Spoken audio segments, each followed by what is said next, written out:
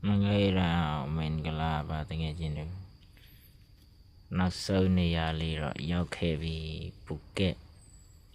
Mute Lee Queen Lee Ascentenia The Donna may G rating in Tinia General Toachin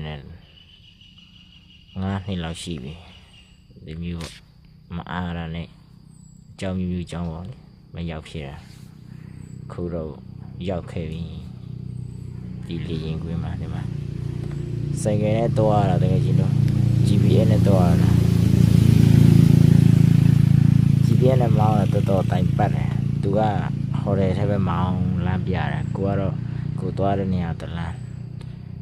နည်းနည်းပတ်လိုက်တယ်နည်းနည်းကြာသွားတယ်ပတ်ရင်ဒီလမ်းရောက်ဖို့တော့ကမနေ့ပတ်လိုက်ရတယ်ပတ်ရင်ရှာလို့မတွေ့တဲ့ဆိုဟိုတယ်ထဲကဝန်ထမ်းနဲ့တော့မရတကယ်ကြီး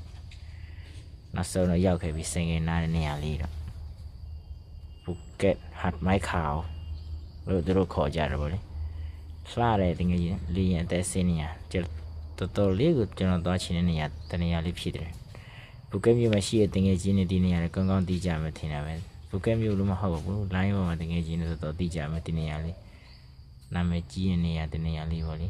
တိတော့မှာဆိုပင်လေကြီးပြင်စိတ်ပြီးတော့လှနေရကျွန်တော်တို့ကဒီကန့်ချီကိုလာရတာ